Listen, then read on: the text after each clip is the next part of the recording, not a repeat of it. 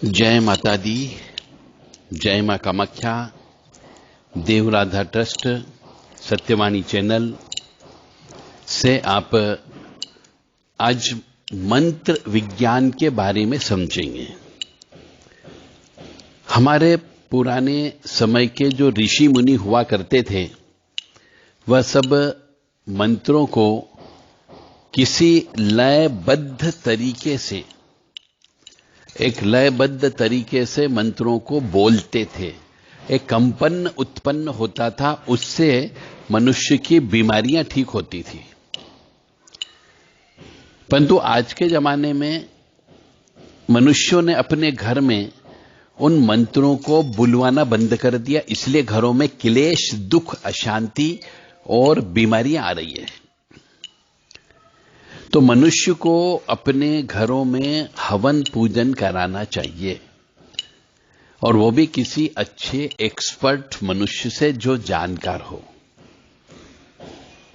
क्योंकि आजकल हम देखते हैं पूजा करने आते हैं बहुत से विप्रवर, तो पूजा करते समय उनके मुख से मंत्र ही नहीं निकलते अच्छे से, स्पष्ट उच्चारण नहीं होता है।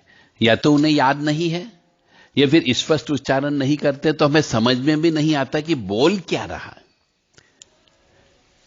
तो पुराने जमाने के जो पूजा पद्धति हुआ करती थी, उस पूजा पद्धति में एक विशेष किस्म का स्पंदन हुआ करता था, कंपन हुआ करता था। उसकी वजह से घर के अंदर धनात्मक ऊर्जा होती थी, प्रवाहित होती थी, और धनात्मक ऊर्जा बढ़ती थी और ऋणात्मक ऊर्जा यानी नेगेटिव एनर्जी घर के बाहर चली जाती थी। इसलिए पुराने जमाने के मनुष्य सुखी रहा करते थे। जैसे कि एक लय ताल के अंदर यदि हम कुछ भगवान का नाम लेते हैं तो हमें भी अच्छा लगता है और दूसरों को भी अच्छा लगता है। इसीलिए यह मंत्र विज्ञान बनाया गया है। अब जैसे हम नाम लेते हैं कि कोई भी पूजा करना है तो ओम श्रीमन महागणाधिपते नमः, ओम उमा महेश्वराभ्यो नमः, ओम शची पुरंदराभ्यो नमः, ओम वाणी हिरण्यगर्भाभ्यो नमः, ओम लक्ष्मी नारायणाभ्यो नमः, ओम कुल देवताभ्यो नमः, ओम इष्ट देवताभ्यो नमः, ओम ग्राम देवताभ्यो नमः, ओम स्थान देवताभ्यो नमः, ओम स्थापित देवताभ्यो नमः, ओम सर्वेभ्यो देवेभ्यो नमः, ओम सर्वेभ्यो तीर्थेभ्यो नमः, ओम सर्वेभ्यो ब्राह्मणेभ्यो नमः, ओम सर्वेभ्यो ऋषिभ्यो नमः, ओम सर्वेभ्यो सिद्धाय नमः, ओम नवग्रह देवताभ्यो नमः, ओम वास्तु देवताभ्यो नमः, ओम गुरुभ्यो नमः, ओम मातपितृजन गमलेभ्यो नमः, ओम चतुष्षष्ठी योगिनी देवेभ्यो नमः, ओम षोडश मातृका देवेभ्यो नमः, ओम सप्तघत मातृका देवेभ्यो नमः, ओम सप्त सागरेभ्यो नमः, ओम सप्त ऋषिभ्यो नमः, ओम सप्त नदीभ्यो नमः, ओम शम क्षेत्रपालाय नमः, ओम बम भैरवाय नमः, ओम क्रीम कालिकाय नमः, हम हनुमते नमः, ओम क्लीं कृष्णाय नमः, ओम क्लीं कृष्णाय नमः, ओम नमो भगवते वासुदेवाय, ओम नमो नारायणाय, ओम लक्ष्मी नारायणाय नमो नमः, ओम ब्रह्मणे नमः, ओम विष्णुवे नमः, ओम महेश्वराय नमः, ओम रुद्राय नमः, ओम परमात्मने नमो नमः। तो ये जो मंत्र हमने बोले, बेसिकली भगवान का नाम लिया, पर इसका भी बोलने का एक लय और एक ताल रहा। तो जितनी देर आपने ये मंत्र सुने, उतनी देर आपका दिमाग कहीं काम पे नहीं गया, आपने कुछ भी नहीं सोचा। उतनी देर आप उतने समय भगवान में रम गए, अपने आप को भूल गए, क्योंकि ये मंत्र एक निश्चित लय ताल में बोले जा रहे थे।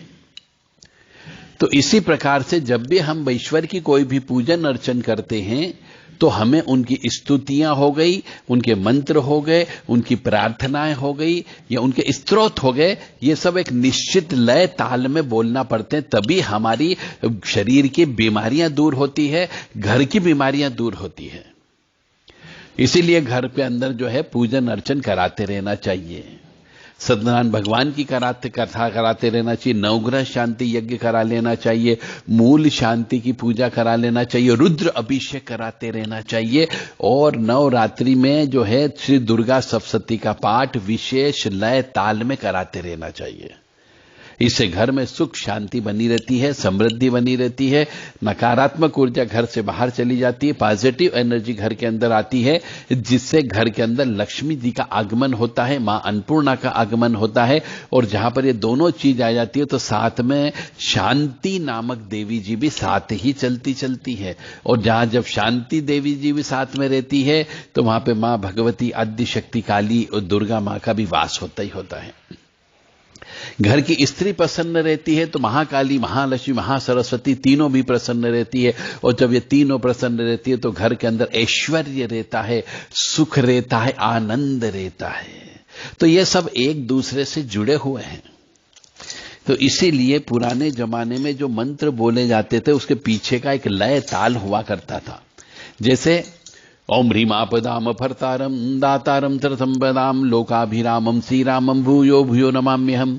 ओम ह्रीमापदाम फर्तारम दातारम त्रिसंपदाम लोकाभिरामम श्रीरामम भूयो भूयो नमाम्यहम्। ओम ह्रीमापदाम फर्तारम दातारम त्रिसंपदाम लोकाभिरामम श्रीरामम भूयो भूयो नमाम्यहम्। ओम ह्रीमापदाम फर्तारम दातारम त्रिसंपदाम लोकाभिरामम श्रीरामम भूयो भूयो नमाम्यहम्। ओम ह्रीमापदाम फर्तारम दातारम त्रिसंपदाम लोकाभिरामम श्रीरामम भूयो भूयो नमाम्यहम्। ओम ह्रीमापदाम फर्तारम दातारम त्रिसंपदाम लोकाभिरामम श्रीरामम भूयो भूयो नमाम्यहम्।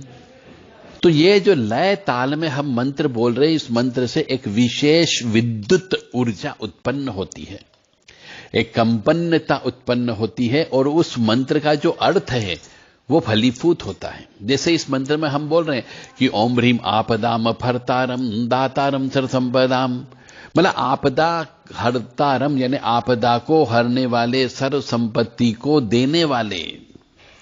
लोकाभिरामम श्रीरामम भूयो भूयो नमाम्यहम्, मतलब हम श्री रामचंद्र जी से प्रार्थना कर रहे हैं कि आपदा को हरने वाले, सर्व संपत्ति को प्रदान करने वाले श्री रामचंद्र जी को मैं बारंबार प्रणाम करता हूं। तो एक ये निश्चित लय ताल में बोलेंगे तो निश्चित तौर से आपकी आपदा हर ली जाएगी, आपको कष्ट की प्राप्ति नहीं होगी और आपको सब सुख की प्राप्ति होगी। ये ऐसा, अगर ये मंत्र भी आप यदि रोजाना बोलने लग जाते हैं एक निश्चित लय ताल में, जैसा हमने बताया, तो धीरे धीरे आपके यहाँ के दुख समाप्त हो जाएंगे। परंतु आपको समय निकाल करके ये बोलना पड़ेगा। तो अब इसके पीछे के साइंटिफिक लॉजिक की ओर जाना पड़ेगा, वैज्ञानिक तथ्य की ओर आपको जाना होगा। पूर्वज जो है हमारी समस्या का निराकरण इसी तरीके से करते थे और उसी के लिए उन्होंने मंत्र की रचना भी की और उनका उपयोग भी करते थे। और आज भी अगर हमको किसी समस्या का निराकरण करना हो तो किसी देवता, विशेष देवता या ग्रह की एक निश्चित संख्या में हमें जप करना पड़ता है। और जब हम निश्चित संख्या में जप करते हैं तो हमारा वह कार्य सफल हो जाता है। जैसे बहुत से लोग महामृत्युंजय के जप करवाते हैं 1 लाख, तो एक निश्चित लय ताल में यदि महामृत्युंजय के जप किया जाए तो उसका निश्चित तौर से फर्क अवश्य पड़ता है। और जिस स्थान पर किया जाता है, जैसे कि ओम मृत्युंजय महादेव त्राहि मां शरणागतम जन्म मृत्यु जरा व्याधि पीड़ितम कर्म बंधने। ओम मृत्युंजय महादेव त्राहि मां शरणागतम जन्म मृत्यु जरा व्याधि पीड़ितम कर्म बंधने। ओम मृत्युंजय महादेव त्राहि मां शरणागतम जन्म मृत्यु जरा व्याधि पीड़ितम कर्म बंधने। ओम मृत्युंजय महादेव त्राहि मां शरणागतम जन्म मृत्यु जरा व्याधि पीड़ितम कर्म बंधने। तो इसका, इस मंत्र का जो अर्थ निकलता है, जन्म मृत्यु जरा व्याधि, मतलब हमारे पिछले जन्म के पाप कर्मों के फलस्वरूप जो हमें पीड़ा मिल रही है, कष्ट मिल रहा है, बीमारियां मिल रही है, हम शिव जी से प्रार्थना कर रहे हैं कि ये हमारी दूर हो। तो महामृत्युंजय का ये वाला मंत्र एक निश्चित लय ताल में निश्चित मात्रा में जप कराने से फायदा अवश्य होता है। तो ऐसे ही मंत्रों का इन हमारे जो ऋषि मुनि थे उन्होंने रचना भी की और जप किया और उपयोग भी किया। तो आज भी बहुत से बड़े बड़े विद्वान लोग किसी समस्या का निराकरण करने के लिए जो समस्या होती है उसके देवता या उसके ग्रह की एक निश्चित संख्या में जाप करवाते हैं। और एक ही मंत्र से जाप कराया जाता है, निश्चित लयबद्ध तरीके से बारंबार उच्चारण कराते हैं। तो उससे जो ध्वनि निर्माण होती है उसकी कंपन यानी फ्रीक्वेंसी से हमारा मस्तिष्क यानी न्यूरो जो होता है, मस्तिष्क जिसको बोला जाता है, उसके ऊपर सार्थक परिणाम प्राप्त होते हैं ना, अच्छे परिणाम प्राप्त होते हैं। और जब हम एक निश्चित लय ताल में एक धुन हमें विद्युत कंपन उत्पन्न करते हैं, तो जो ब्रह्मांड में उससे संबंधित शक्ति जो घूम रही है उससे हमारी फ्रीक्वेंसी मैच हो जाती है और उससे हमें प्रतिक्रिया प्राप्त होती है। और जो हम बारंबार एक ही मंत्र को जप करते हैं तो उससे ऊर्जा का रूपांतरण होता है और उस ऊर्जा के रूपांतरण से जो संकल्प लिया जाता है वह कार्य पूर्ण होता है। अगर किसी जगह पे भजन हो रहा हो, मंत्र का पाठन हो रहा हो, या फिर कोई अच्छी सी धुन लग रही हो, या फिर कोई सुंदर गीत चल रहा हो, कोई सुंदर गाना चल रहा हो, तो हमको वहां पर शांति प्राप्त होती है। हमको वहां पे बहुत ही सहजता से महसूस होता है और बहुत सुकून मिलता है। और यह सहजता सुकून हमें क्यों मिलती है? क्योंकि हम जिस धुन को, जिस भजन को चलाते हैं, जिस गीत को चलाते, जिस गाने को चलाते, उससे हमारी फ्रीक्वेंसी मैच है, इसीलिए हमें यह सुकून प्राप्त होता है। और जहां पर झगड़े होते हैं, जहां पे कर्कश वाणी की आवाज आती है और जहां पर लगता है कि वहां से जल्दी से भाग जाए, क्योंकि वहां पर प्रतिक्रिया नकारात्मक प्रतिक्रिया होती है, वह हमारे शरीर से मैच नहीं खाती है। इसीलिए मंत्र जाप का बहुत बड़ा महत्व होता है। हम एक और मंत्र आपको सुनाते, इसी का लय ताल वाली बात है कि विच्चे चामुंडे क्लीं ह्रीं मैं मोम ऐं ह्रीं क्लीं चामुंडाय विच्चे, विच्चे चामुंडे क्लीं ह्रीं मैं मोम फट स्वाहा, विच्चे चामुंडे क्लीं ह्रीं मैं मोम ऐं ह्रीं क्लीं चामुंडाय विच्चे, विच्चे चामुंडे क्लीं ह्रीं मैं मोम फट स्वाहा, विच्चे चामुंडे क्लीं ह्रीं मैं मोम ऐं ह्रीं क्लीं चामुंडाय विच्चे, विच्चे चामुंडे क्लीं ह्रीं मैं मोम फट स्वाहा, विच्चे चामुंडे क्लीं ह्रीं मैं मोम ऐं ह्रीं क्लीं चामुंडाय विच्चे, विच्चे चामुंडे क्लीं ह्रीं मैं मोम फट स्वाहा, विच्चे चामुंडे क्लीं ह्रीं मैं मोम ऐं ह्रीं क्लीं चामुंडाय विच्चे, विच्चे चामुंडाय क्लीं ह्रीं मैं मोम फट स्वाहा, विच्चे चामुंडे क्लीं ह्रीं मैं मोम ऐं ह्रीं क्लीं चामुंडाय विच्चे, विच्चे चामुंडे क्लीं ह्रीं मैं मोम फट स्वाहा, विच्चे चामुंडे क्लीं ह्रीं मैं मोम ऐं ह्रीं क्लीं चामुंडाय विच्चे, विच्चे चामुंडाय क्लीं ह्रीं मैं मोम फट स्वाहा। तो ये मंत्र है, ये भी एक निश्चित लय ताल में यदि बोला जाए, आनंद के साथ बोला जाए, और जब बहुत सारे व्यक्ति मिलकर के इसको बोलते हैं तो एक विद्युत ऊर्जा उत्पन्न होती है, जिससे श्री महाकाली, महालक्ष्मी, महासरस्वती जी का प्राकट्य हो सकता है और वहां पे उपस्थित मनुष्यों की बीमारियां दूर हो सकती है। जिनको ज्ञान प्राप्त नहीं है उनको भी ज्ञान प्राप्त हो सकता है। तो कोई भी मंत्र हो उसको इसीलिए कहते हैं कि राम धुन लगा लो, ओम नमः शिवाय की धुन लगा लो। उसके पीछे का कारण ही यही होता है कि उस धुन के अंदर एक ऊर्जा होती है, और जहां पर कर्कशवाणी होती है वहां से हम मनुष्य निकल जाते हैं, भागना चाहते हैं। इसलिए मंत्रों में विशेष ध्वनि होती है और एक निश्चित संख्या में जप करने का नियम बनाया गया कि भैया 108 संख्या में जप करो। तो इससे क्या होगा कि एक अलग अलग स्तर पर ऊर्जा उत्पन्न होती है और उसका फायदा प्राप्त होता है। कोई भी ध्वनि जब हम तैयार करते हैं, कंपन उत्पन्न होती है, तो उसकी एक फ्रीक्वेंसी होती है। फ्रीक्वेंसी का मतलब आप समझ गए, जैसे हम रेडियो चलाते हैं, टीवी चलाते हैं, तो एक निश्चित उसमें मेगा हर्ट्ज पर उसकी ट्यून फ्रीक्वेंसी आती, तब वहां पे गीत आने लगते हैं, बातचीत होने लगती है। इसी प्रकार से मंत्रों की भी एक विशेष फ्रीक्वेंसी होती है। जैसे कि एक मंत्र और याद आ रहा है, ओम ह्रीं बटुकाय अब्दुद्वाणा कुरकुर बटुकाय ह्रीं स्वा, ओम ह्रीं बटुकाय अब्दुद्वाणा कुरकुर बटुकाय ह्रीं स्वा, ओम ह्रीं बटुकाय अब्दुद्वाणा कुरकुर बटुकाय ह्रीं स्वा, ओम ह्रीं बटुकाय अब्दुद्वाणा कुरकुर बटुकाय ह्रीं स्वा, ओम ह्रीं बटुकाय अब्दुद्वाणा कुरकुर बटुकाय ह्रीं स्वा, ओम ह्रीं बटुकाय अब्दुद्वाणा कुरकुर बटुकाय ह्रीं स्वा। तो ये भी एक विशेष लय ताल में यदि हम किसी मंत्र को बोलते हैं तो इससे भी जो वाइब्रेशन उत्पन्न होते हैं उससे बीमारियां दूर होती हैं।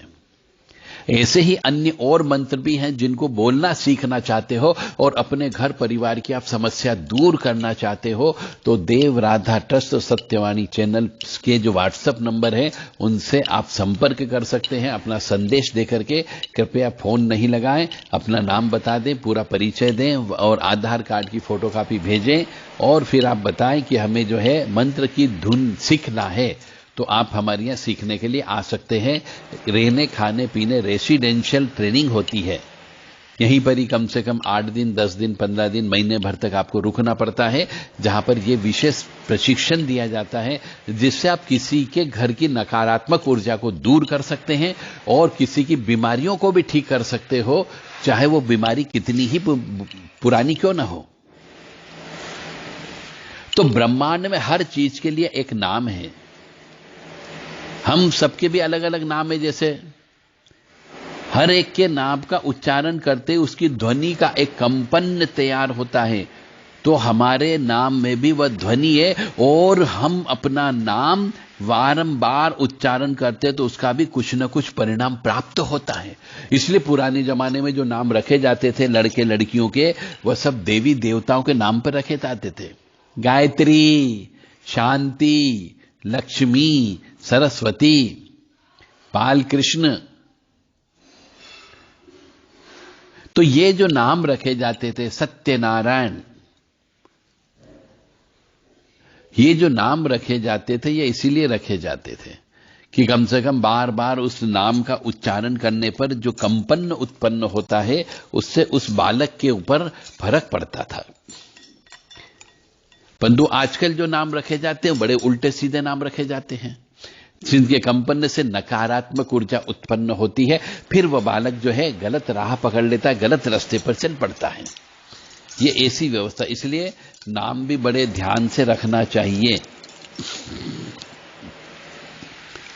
और नाम में भी वही ध्वनि वही साउंड उत्पन्न होता है जो साउंड मंत्रों में उत्पन्न होता है, तो कंपन हमारे जीवन पर सबसे ज्यादा परिणाम प्रदान करता है। क्योंकि इस संसार में एक 30 साल के व्यक्ति का औसत ले लें तो कम से कम 1,10,000 बार उसके नाम से उसको पुकारा जाता है। केवल 30 साल के व्यक्ति की बात कर रहे हैं, तो यह बढ़ भी सकता है। तो 108 बार विशिष्ट मंत्र का जप करके हमको जो परिणाम मिलते हैं उसकी तुलना में 30 साल पुकारे गए नाम से सिर्फ हमें 0.095 है। अब आप सोच सकते हो कि उसका नाम लेने से हमें कितना फायदा हो सकता है। तो यदि अपन अपने नाम में ही शुभ ध्वनि आ जाए तो अपना नाम कितना शक्तिशाली होगा और हम अपना लक्ष्य कितने सहजता से प्राप्त कर सकते हैं। इसीलिए कहते हैं कि नाम भी बड़ा सोच समझ करके रखना चाहिए।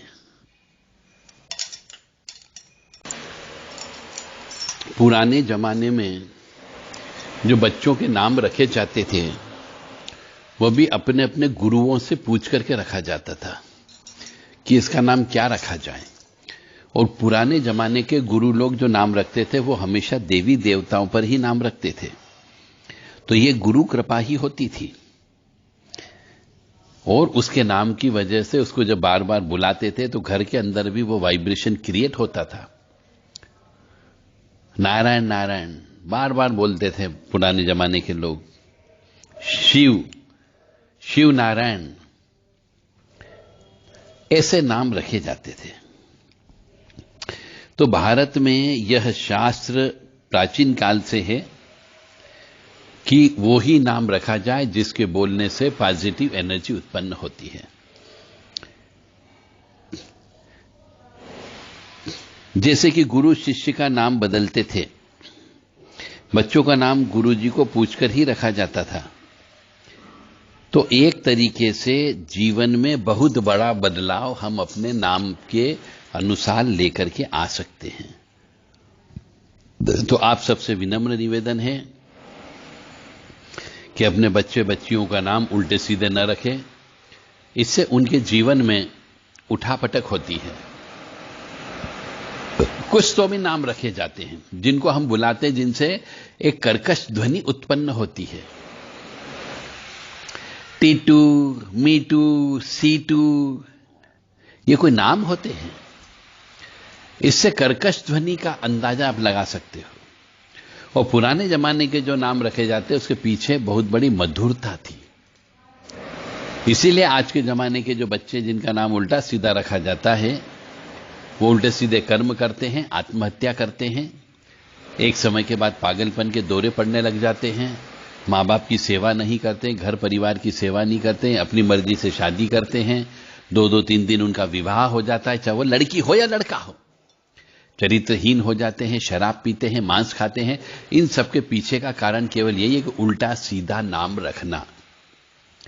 मिंटू, सिंटू, गिंटू, कुछ तो भी, बब्बू, फट्टू, ये ऐसे नाम रखने से उसके मनुष्य के ऊपर, अंतरात्मा के ऊपर उसके वाइब्रेशन का असर पड़ता है।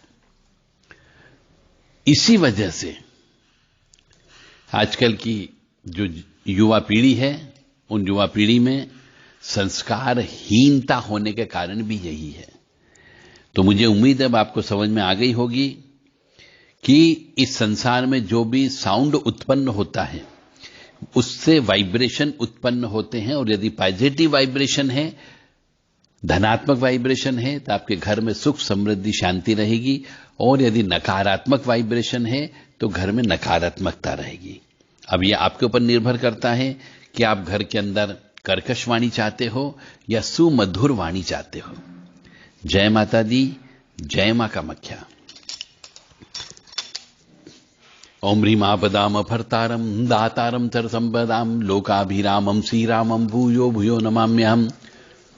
ओम ह्रीं बटुकाय अब्दुद्वाणा कुरकुर बटुकाय ह्रीं स्वाहा। ओम ह्रीं बटुकाय अब्दुद्वाणा कुरकुर बटुकाय ह्रीं स्वाहा। ओम ह्रीं क्लीं कपालिनी कंकालिनी भकार दद स्वाहा। ओम ह्रीं क्लीं कपालिनी कंकालिनी भकार दद स्वाहा। ओम ह्रीं क्लीं कपालिनी कंकालिनी भकार दद स्वाहा। ओम ह्रीं क्लीं कपालिनी कंकालिनी भकार दद स्वाहा। ओम ह्रीं क्लीं कपालिनी कंकालिनी भकार दद स्वाहा। हस्यम हस्करी हस्यम स्वाहा। हस्यम हस्करी हस्यम स्वाहा। हस्यम हस्करी हस्यम स्वाहा। हस्यम हस्करी हस्यम स्वाहा। दुम दुम दुमावती ठ ठ स्वाहा। दुम दुम दुमावती ठ ठ स्वाहा। तो ऐसे बहुत सारे मंत्र हैं जिनके वाइब्रेशन में आप अपने आप को खो सकते हो, डुबो सकते हो, और उस परम पिता परमात्मा से आपकी मुलाकात हो सकती है। बस करना आपको पड़ेगा, कोई करने के लिए नहीं आएगा, तभी आप उस परम पिता परमात्मा से मुलाकात कर सकते हो, उस जगत जननी से मिल सकते हो। जय माता दी। मुझे उम्मीद है कि आप सब लोग अब अपने अपने घरों में जो भी आपने बच्चों के नाम रख दिए होंगे उल्टे सीधे, तो नाम बदल दीजिए, और रोजाना कुछ देर कुछ मंत्रों का जप अवश्य करिए, जिससे घर के अंदर धनात्मक ऊर्जा आए, और उच्च स्वर से पाठ करिए, उच्च स्वर से मंत्रों को बोलिए। पड़ोसी क्या कहेगा भूल जाइए, क्योंकि पड़ोसी आपको खाने को नहीं दे रहा है, पड़ोसी आपके कष्ट में आपके साथ खड़ा नहीं है, पड़ोसी आपको धन नहीं दे रहा है। घर की नकारात्मक ऊर्जा आपको खुद को ही समाप्त करना है। जैसे हनुमान जी का मंत्र है, ओम ह्रीं नमः, ओम हम नमः, ओम ह्रीं नमः, ओम हम नमः, ओम ह्रीं नमः, ओम हम नमः। ओम राम ह्रीं रूम रेम रोम रम रः। ओम राम ह्रीं रूम रेम रोम रम रः। ओम राम ह्रीं रूम रेम रोम रम रः। ओम राम ह्रीं रूम रेम रोम रम रः। ओम राम ह्रीं रूम रेम रोम रम रः। तो ये ऐसे और भी कई मंत्र हैं। तो जिस किसी भी मनुष्य को मंत्र विज्ञान से संबंधित दीक्षा लेना हो, मंत्र विज्ञान से संबंधित शिक्षा लेना हो, देव राधा ट्रस्ट सत्यवाणी चैनल से व्हाट्सएप नंबर से संपर्क करके मंत्र सीखने के लिए रेसिडेंशियल कोर्स में शामिल हो सकते हैं। जय माता दी, जय मां कामाख्या। हमारे यहां पे कोई भी कार्य, कोई भी प्रशिक्षण, कोई भी शिक्षा, दीक्षा निशुल्क नहीं दी जाती है, क्योंकि हम नहीं चाहते हैं कि हमारी वजह से आपका गुरु खराब हो जाए। क्योंकि कोई भी मनुष्य किसी भी गुरु से, किसी भी शिक्षक से, किसी भी डायरेक्टर से, किसी भी टीचर से कोई भी ज्ञान प्राप्त करता है, तो वह जिससे ज्ञान लिया जाता है वह गुरु हो जाता है, स्वतः गुरु बन जाता है। और जब गुरु बन जाता है तो को गुरु दीक्षा के रूप में, गुरु से ज्ञान प्राप्त करने के बदले में दक्षिणा अवश्य देना चाहिए जो उसकी लगती हो। और बहुत से मनुष्य ऐसे हैं जो गुरु का ज्ञान तो लेना चाहते हैं पर पैसे नहीं देना चाहते हैं। ऐसे मनुष्यों से मेरा विनम्र निवेदन है कि वह अपने इसको अच्छे से समझने का प्रयास करें कि गुरु ऋण चढ़ने से आपकी जो शिक्षा दीक्षा है वह काम नहीं आएगी। आपने जो दूसरी दीक्षा ली कमाई धमाई वाली, सर्विस करने वाली, वह भी कभी कभी काम नहीं करेगी। अन्यथा गुरु दोष उत्पन्न होने से आप पागल भी हो सकते हो, आपकी विद्या जा सकती है। और गुरु दोष होने पर कई बार विवाह नहीं होता है, बच्चे पैदा नहीं होते, गुरु का श्राप लग जाता है। इसलिए कभी भी किसी मंदिर में भोजन करने भी जाओ तो वहां का भी भोजन नहीं खाना चाहिए, भंडारा नहीं खाना चाहिए, और खाते हो तो वहां पे पहले पैसे देना चाहिए, फिर भंडारा खाना चाहिए। किसी भी गुरु से ज्ञान लेते हैं तो पहले उनसे पैसा दीजिए, उनका ज्ञान की कीमत समझिए, उसके बाद उनसे ज्ञान लीजिए। फ्री में कोई भी काम नहीं कराना चाहिए, जिससे आपके ऊपर ऋण चढ़ता है। यदि किसी मजदूर से भी आपने फ्री में काम करा लिया तो उस मजदूर की मजदूरी आपके ऊपर चढ़ जाएगी, यानी शनि देव की कुदृष्टि आपके ऊपर हो जाएगी। इसलिए कभी भी किसी का भी उसका जो हक बनता है उतना पैसा उसको अवश्य देना चाहिए। जय माता दी, जय मां कामाख्या। कामाख्ये वरदे देवी नीलपर्तवासिनी त्वं देवी जगत माता योनि मुद्रे नमस्तुते। कामाख्ये काम संपन्ने कामेश्वरी हर प्रिये कामनाम देहि में नित्यम कामेश्वरी नमस्तुते। कामदे काम रूपस्ते सुभगे सुर सेविते करोमि दर्शन देव्यम सर कामार सिद्धयेत। ओम महेशानी महामाये चामुंडे मुंडमालिनी आयु आरोग्य ऐश्वर्य देहि में देवी परमेश्वरी। ओम जयंती मंगला काली भद्रकाली कपालिनी दुर्गा क्षमा शिवा धात्री स्वाहा सदा नमस्तुते। ओम सर्वमंगल मांगल्ये शिवे सर्वा साधिके शरण्ये त्र्यंबके गौरी नारायणी नमस्तुते।